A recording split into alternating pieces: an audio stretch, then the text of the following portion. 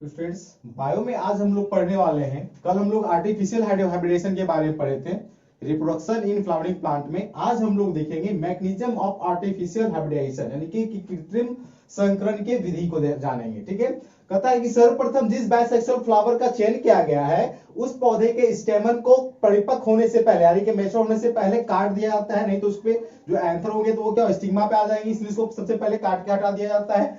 कहता है इस क्रिया को विपुंसन कहते हैं। इस क्रिया को क्या कहते हैं? विपुंसन कहते हैं। ठीक है, अब उसके बाद फिर देखिए, कहता है कि एवं फ्लावर को बटर पेपर के द्वारा, ठीक है, उजला जैसे पेपर होता है, ठीक है, बटर पेपर के द्वारा ढक दिया जाता है। इस क्रिया को बैगिंग कहते हैं। इस क्रिया को क्या कहते हैं? बैगिंग कहते हैं।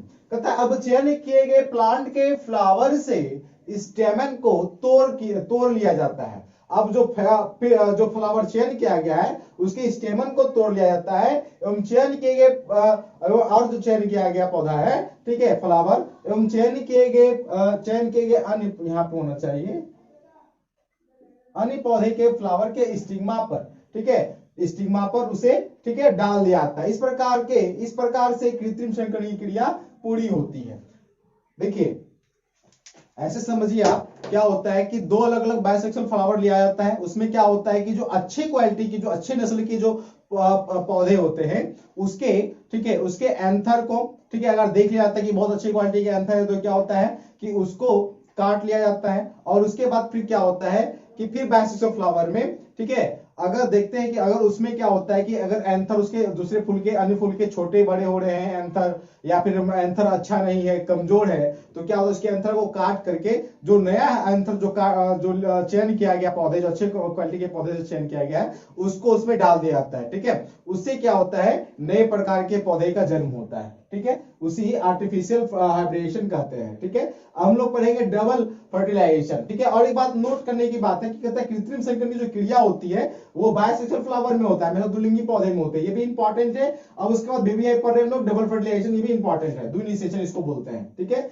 अब कहता है कि जब पराग नालिका भ्रूण कोश में पहुंचती है तो नर युग्मक बाहर निकलकर भ्रूण कोश में प्रवेश करती है। क्या कहता है? जब पराग नालिका भ्रूण कोश में पहुंचती है तो नर युग्मक बाहर निकलकर भ्रूण कोश में प्रवेश करती है एवं नर युग्मक अन्य कोशिका से संलयन का, और क्या होता है जो नर युग्मक होता है, क्योंकि वो मादा में ओव्यूल होता है, तो मादा नर युग्मक और मादा युग्मक क्या होगा आपस में संलयन करेगा, फ्यूजन करेगा, संलयन कर जायगोट बनाती है। क्या करती है? जायगोट का निर्माण करती है। इस क्रिया को निषेचन या सिंगेमी कहते हैं। इस क्रिया को क्या कहते हैं? निषेचन या सिंगेमी कहते हैं, या जर्मिनेटिव फर्टिलाइजेशन कहते हैं, या क्या बोलते हैं इसको? जर्मिनेटिव फर्टिलाइजेशन कहते हैं। कहता है भ्रूण के इस कोश के दोनों पोलर न्यूक्लियाई, ठीक है, भ्रूण कोश के दोनों पोलर न्यूक्लियाई ध्रुवीय केंद्रक बनाते हैं, जिससे दूसरे नर युग्मक संलयन कर ट्रिप्लॉइड 3 एंड प्राइमरी, ठीक है, एंडोस्पर्म का निर्माण करते हैं। इस क्रिया को वेजिटेटिव फर्टिलाइजेशन कहते हैं। ठीक है, इस बार से, ठीक है, इस बार निषेचन की क्रिया, ठीक है, इस बार निषेचन की क्रिया इस तरह से, यहाँ पे रुकिए एक सेकंड, यहाँ पे होगा इस तरह से,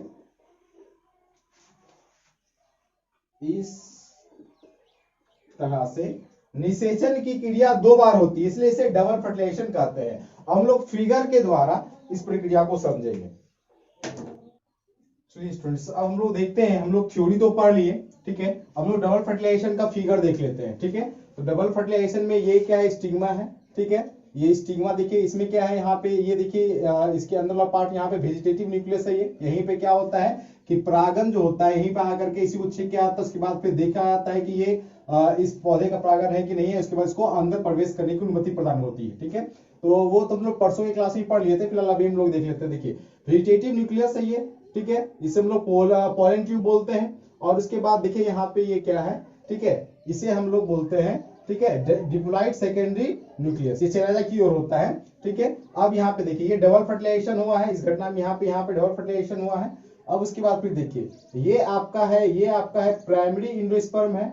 ठीक है, उसके बाद फिर ये आपका जो है एक सेल, पहले के फिगर में भी हम लोग पढ़े थे डबल फर्टिलाइजेशन। अब यहाँ पे देखिए क्या मैकेनिज्म क्या है इसका।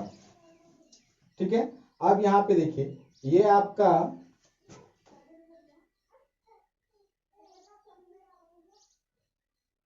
मेल गैमीट है और ये एक सेल है, यानी कि फीमेल गैमीट है। ठीक है, अब यहाँ पे देखिए ये दोनों आपस में क्या करेगा, आपस में ज्वाइन करेगा, फर्टिलाइजेशन करेगा, या इसको हम लोग बोलते हैं क्या क्या बोल सकते हैं, इसको हम लोग फर्टिलाइजेशन बोलते हैं या सिंगेमी बोलते हैं, ठीक है, या जर्मिनेटिव फर्टिलाइजेशन बोलते हैं। उसके बाद फिर क्या होगा, डिप्लॉइड जाइगोट, द्वितीय जाइगोट का निर्माण करेगा। उसके बाद यही यहाँ पर ये टूट करके पोलर न्यूक्लियाई के रूप में, न्यूक्लियस के रूप में टूटेगा, यानी कि एन आधे आधे के रूप में टूटेगा ये, ठीक है, एन के रूप में टूटेगा।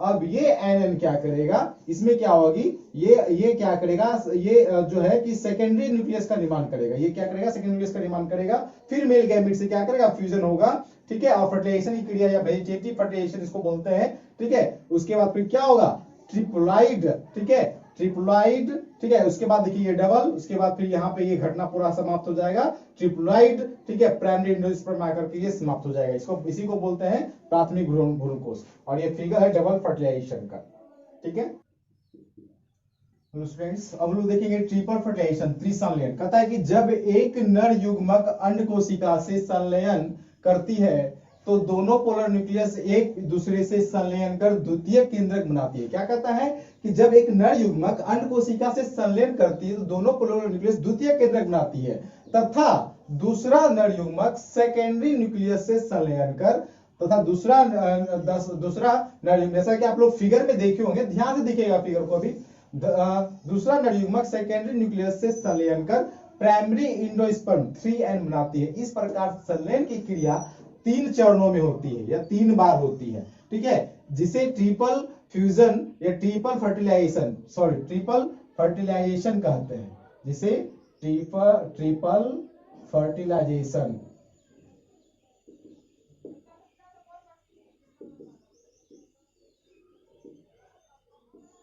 कहते हैं। अब नोट में देखिए, कहता है डबल फर्टिलाइजेशन की क्रिया केवल आवृत्ति बीजीय पौधे में होती है। याद रखिएगा कि जो डबल फर्टिलाइजेशन जो क्रिया होती है वो केवल आवृत्ति बीजीय पौधे में होती है। अब उसके बाद देखेंगे सिग्निफिकेंस ऑफ डबल फर्टिलाइजेशन, क्योंकि हम लोग डबल फर्टिलाइजेशन पढ़ रहे तो उसमें ट्रिपल फर्टिलाइजेशन भी आ गया था फिगर के रूप में, तो हम लोग इसको भी देख लिया। अब हम देखेंगे सिग्निफिकेंस ऑफ डबल फर्टिलाइजेशन, यानी कि द्विनिषेचन का क्या महत्व है, क्या इंपॉर्टेंस है। देखिए द्विनिषेचन के कारण एंडोस्पर्म भ्रूणकोश का निर्माण होता है। स्वाभाविक सी बात है कि मेल गैमेट फीमेल गैमेट जुड़ता है, उसके बाद क्या होता है, जाइगोट बनता है, जाइगोट के बाद मेसोइक बनता है, एंडोस्पर्म बनता है, तो भ्रूणकोश का निर्माण होता है। अब देखिए एंडोस्पर्म में संचित जो भोज्य पदार्थ होता है, जो कि बीज से पौधे के जब बीज से किसी पौधे का जब निर्माण हो रहा होता है तो उसको जितनी मात्रा में आवश्यक एनर्जी चाहिए, ठीक है, वो क्या करता है, वो उसे प्रदान करता है, ठीक है। एंडोस्पर्म में संचित भोज्य पदार्थ होते हैं जो कि बीज से पौधे के निर्माण के समय पोषण प्रदान करता है। अब उसके बाद देखिए germination of pollen grain on stigma, कहता है प्राग कनोकावर्ती काग्र पर अंकुरण। कहता है सर्वप्रथम परागन स्टिग्मा पर आता है, सर्वप्रथम परागन कहां आता है, स्टिग्मा पर आता है। फिर इनकी पहचान होती है, पहचान होने के बाद यह जल का अवशोषण करती है, जिससे फिगर को ध्यान से देखिएगा, एकदम समझ आइएगा, ठीक है। कहता है कि सर्वप्रथम परागन स्टिग्मा पर आता है, ठीक है, परागन स्टिग्मा पर आया, फिर इनकी पहचान होती है, जैसा कि हमने पहले भी बताया है, ठीक है। पहचान होने के बाद यह जल अवशोषण करती है, ठीक है, जिससे परागन फूल जाते हैं, परागन क्या होते हैं, फूल जाते हैं, अर्थात इनके, ठीक है, इंटाइन लेयर, इनके इंटाइन जो अंशोत्थ आवरण होता है, अंशोत्थ आवरण होता है, इसको बोलते हैं इंटाइन लेयर बोलते हैं, ठीक है, प्राग नालिका के रूप में जर्म पोर, ठीक है, यानी कि जर्म छिद्र से बाहर निकलती है, ठीक है। अब देखिए प्राग नालिका को सर्वप्रथम इटालियन वैज्ञानिक एमसी ने पोर्चुलाका ओलरेसिया, ठीक है, पोर्चुलाका ओलरेसिया नामक पौधे में देखा था, ठीक है। क्लास यहीं तक।